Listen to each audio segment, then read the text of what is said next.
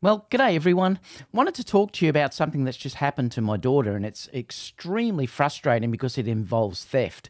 And this is the thing that I want to talk to you about. The other thing too is that I want to discuss that if you tell the truth to insurance companies, they will use any excuse to basically not pay. And I'll talk to you about that in a minute as well, because it's to do with AAMI Insurance here in Australia. If you're from the US or wherever the other people follow me from, you're not going to know that company, but I still wanted to bring this all to your attention. So let me show you what's actually happened here.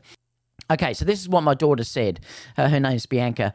On the 26th of September, our 217 Range Rover that was listed for sale was stolen.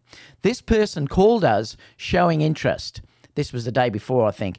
And when he arrived to our house, he spoke to my husband discussing if a baby seat could or would easily be installed for his younger children. So he's just sort of trying to set up this story. We had no clue what this person was about to do.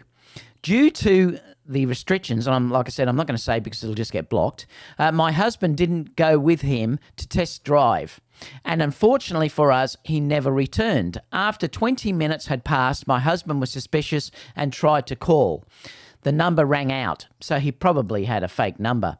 When he then looked at our CCTV footage, he noticed that the male walked up to the house and he basically put his head down. So that's what happened here. He stuck his head down. But you'll see here, he didn't realise that there was also a camera in the doorbell. So you can see he's putting his head down, looking away from the cameras to make sure that you couldn't see his face. She said that when he got close to the house, he covered his face up with his hand. Little did he know we had another camera. I was notified within 3 hours of our car being taken from numerous people because my daughter published this online. People knew him. So they told her within 3 hours of who this person was. After sharing my post, who this person was, she said, I also found out the same night that the car they came in, there was two of them, that the car they came in was also stolen in a similar circumstance that same morning. But the difference there was the driver did go with them, but they stopped to get petrol, or the driver did. When he left the car, they took off with the car. He was lucky enough to get his back. It seems that most likely they stole his car to come and get mine. What makes me feel sick to my stomach is that the person here, again, I'm not going to mention him, knew exactly what was going on, knew what he was going to do the day before he arrived at our home. This person is well known by the police and already out on, I'm not going to say that word either, due to the fact that it may hinder something that's happening. Our insurance company, now it's AAMI Insurance, have declined our insurance due to not getting in the car with him. Now, this is the frustrating thing about this, and I'll discuss this in a minute. Due to not getting in the car with him, we have been great customers and have all of our policies through Suncorp, and I think they own AAMI Insurance. They're the same company. And to be told we would not be covered was an absolutely devastating and a huge blow after everything else we have gone through with business closures in the last 18 months due to, what's happening here with the virus. Would they have preferred me to get into the car with someone like this? We told the truth. We were honest.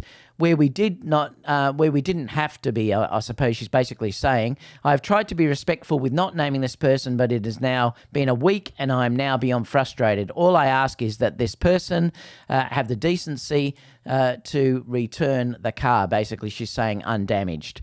So the interesting thing about this is that because my daughter told the truth, now they didn't want to get into the car because of the restrictions that are here now, and I don't blame them. But like I said, they could have easily lied here and said to the insurance company that they just took the car and then it would have been paid. My daughter has done all the research on this. She's found out the person that did it. She's found out the other person that was involved. She's given the address to the police where he lives. She's given the address to the police where he worked. But I'm also disgusted of the insurance company because they've told the truth. In other words, what they're saying to you is, do not tell the truth. This is a small little paragraph in the insurance policy that states that you had to be in the car, and they didn't realise that at the time, and due to what's happening at the moment, they didn't think it was suitable to get in there anyway.